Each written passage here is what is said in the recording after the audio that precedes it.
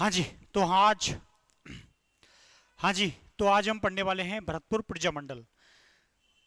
हम लोग आज भरतपुर प्रजामंडल के बारे में जानेंगे कि भरतपुर प्रजामंडल की स्थापना कब होती है, किसके नेतृत्व में होती है और भरतपुर प्रजामंडल के समय कौन कौन सी महत्वपूर्ण घटनाएं जो हैं वो घटित होती हैं। तो उम्मीद है आपको राजस्थान हिस्ट्री पढ़ने का मजा आ रहा होगा।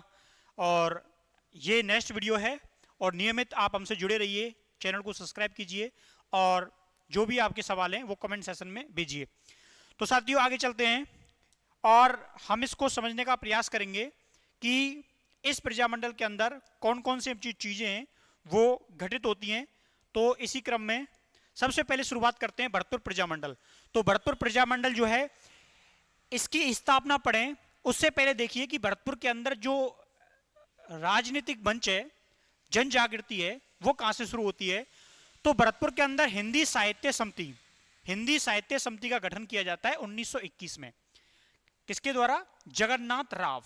तो 1921 में जगन्नाथ राव के द्वारा एक हिंदी साहित्य समिति का गठन किया गया और इस हिंदी साहित्य समिति का जब गठन हुआ तो एक प्लेटफॉर्म तैयार हुआ जहां लोग बैठे विचार करें, एक मंच तैयार हुआ, राजनीतिक मंच बना। आप लोगों को मालूम है कि क्रांतिकारियों को, विद्वानों को, बुद्धिजीवियों को एक मंच पे आने के लिए कोई तो माध्यम चाहिए मूवमेंट के लिए। तो सबसे पहले हिंदी साहित्य समिति जो है इसका गठन होता है। कब होता है? 1921 में होता है और किसके द्वारा किया जाता है? जगन्नाथ राव के द्वारा। तो ये एक पॉलिटिकल मंच तैयार हो गया, यहीं पर सारी चर्चाएं होती थी इनके बीच में और यहीं की प्लानिंग के अनुरूप 1938 में, कब? 1938 में रेवाड़ी में ही पूछा जाता है कि भरतपुर प्रजामंडल की स्थापना कहां होती है, तो रेवाड़ी में होती है।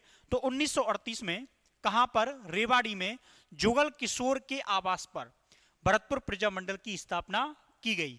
1938 में जुगल किशोर के आवास पर, कहां पर? रेवाड़ी में इसकी स्थापना जो है वो की जाती है। अब देखो इसके अध्यक्ष किसको बनाया गया? तो गोपीलाल यादव को बनाया गया। ये बहुत इंपॉर्टेंट है, अध्यक्ष कई बार एग्जामों में आया है। इसके अलावा इसका उपाध्यक्ष जो है वो ठाकुर देशराज इसको बनाया जाता है। इसके कोषाध्यक्ष की जो जिम्मेदारी है वो मास्टर आदित्यनाथ जो है इनको सौंपी गई थी और इसका जो सदस्य बना था वो बना था किशन लाल जोशी। कौन बनता है? किशन लाल जोशी बनता है। इनके द्वारा 1938 में प्रजामंडल गठित कर दिया गया।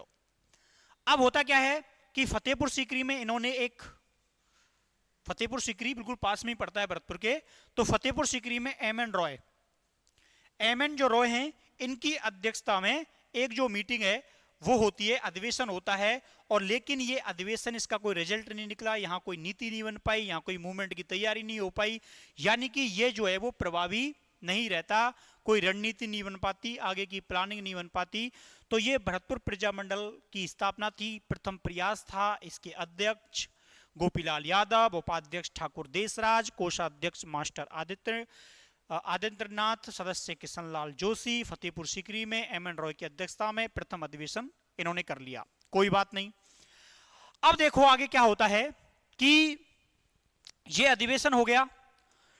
अब 1939 में विजेंद्र सिंह जो हैं वो नए शासक बनते हैं भरतपुर के।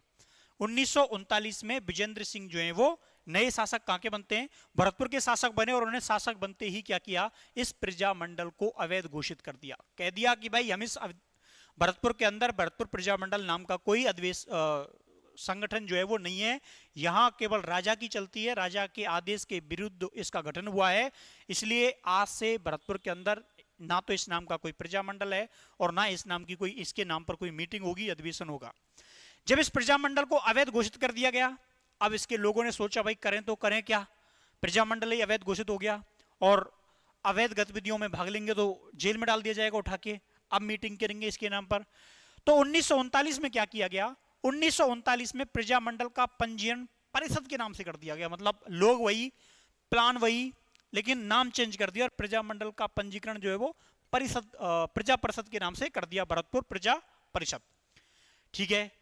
अब देखो ये मूवमेंट जो है, ये काम जो है वो दौलत राम शर्मा जो है ये करते हैं। क्वेश्चन पूछ लिया जाता है कि भरतपुर प्रजा परिषद की स्थापना, भागीदारी, भूमिका किसके नेतृत्व में होती है? दौलत राम शर्मा। अब देखो 30 दिसंबर 1940 को, 30 दिसंबर 1940 को यानी कि लगभग आधे एक साल बाद भरतपुर प्रजा परिषद का प्रथम अधिवेशन जो है वो इनके द्वारा किया जाता है। इसके अध्यक्ष बनते हैं जय नारायण व्यास। पश्चिमी भारत राजस्थान का एक आदमी पूर्वी राजस्थान के एक अधिवेशन की अध्यक्षता कर रहा है। देखो प्यार प्रेम। अब देखो यहां इन्होंने उत्तरदायी शासन की मांग की कि भाई भरतपुर के अंदर उत्तरदायी शासन होना चाहिए, हर चीज का जवाब देना है। अब राजा के सामने आप ऐसी मांग करेंगे तो नेता गिरफ्तार, बहुत सारे नेताओं को धर लिया गया भरतपुर की उस समय के सैनिकों के द्वारा, और बहुत सारे जो नेता हैं वो भाग गए मौके का फायदा उठा के। ऐसा आज भी होता है, पहले भी होता था। अब देखो मार्च 1941 में इन लोगों ने 2 दिवसीय राजनीतिक सम्मेलन जो है वो आयोजित किया, पॉलिटिकल मीटिंग बुलाई इन्होंने। एक 20 मार्च को होती है जिसकी अध्यक्षता आदित्यनाथ ने की थी। इसके अलावा 21 मार्च को होती है जिसकी अध्यक्षता सरस्वती बोहरा करते हैं। दोनों एक दिन अध्यक्ष बने। इसके अलावा विजेंद्र सिंह 1942 में ब्रज जनप्रतिनिधि सभा का गठन करते हैं। क्या करते हैं? विजेंद्र सिंह जो भरतपुर के राजा थे, इन्होंने ही 1942 में ब्रज जनप्रतिनिधि सभा जो है इसका गठन कर डाला और इसका गठन कर दिया। और इसके जो सदस्य हैं, अब आप ब्रज जनप्रतिनिधि सभा के सदस्य कैसे बनोगे भाई? तो इसके सदस्यों का क्या होता था? निर्वाचन होता था। कोई बात नहीं, लेकिन कुछ समय के बाद नेताओं को लगा, लगभग 2 साल के बाद, कि इसके सदस्यों की नियुक्ति में राजा का प्रभाव है और जो इसके सदस्य हैं वो राजा के फेवर के हैं। और 2 साल के कार्यकाल के बाद जो बाकी के नेता हैं इन्होंने इसका बहिष्कार जो है वो करना शुरू कर दिया, यानी कि ब्रज जनप्रतिनिधि सभा का विरोध होना शुरू हो गया। अब स्वाभाविक है इसका विरोध हुआ, तो विरोध के बाद क्या हो गया? जनता और राजा आमने सामने। इन लोगों ने क्या किया? उस समय क्विट इंडिया मूवमेंट जो होता है, भारत छोड़ो आंदोलन, इसमें भरतपुर की जनता, भरतपुर के लोग, भरतपुर के बहुत सारे नेताओं ने भाग लिया बढ़ चढ़ के। 26 अक्टूबर को जय नारायण व्यास जो हैं ये भरतपुर दमन विरोधी दिवस मनाते हैं। जय नारायण व्यास कहते हैं कि भैया भरतपुर के आंदोलन, जनता को आंदोलन अटकाई राजा के द्वारा दबाया जा रहा है, हम या की निंदा करें। और इनने 20 अक्टूबर को जय नारायण व्यास के नेतृत्व में भरतपुर दमन विरोधी दिवस जो है वो मनाया। अब इन्होंने क्या है, दूसरा अधिवेशन होता है इनका। कब होता है? 23 मई 1945 को। और इस दूसरे अधिवेशन की जो अध्यक्षता है वो सत्यदेव विद्यालंकर और बसंती देवी के नेतृत्व में होती है, लेकिन कोई रिजल्ट नहीं निकला, इसका भी दमन कर दिया गया। अब देखो, जब जनता वर्सेस राजा चल रहा था, उसी समय अंग्रेजों ने सोचा कि यह स्थिति ना तो हमारे लिए ठीक है। और एक अंग्रेज अधिकारी है लॉर्ड वेवेल, ये बीकानेर के शासक शार्दुल सिंह को लेकर आता है कि भाई चलो मामला सुलटाते हैं, समझाते हैं, जनता से भी बात करते हैं, राजा से भी बात करते हैं, क्योंकि बात करने से ही बात बनेगी।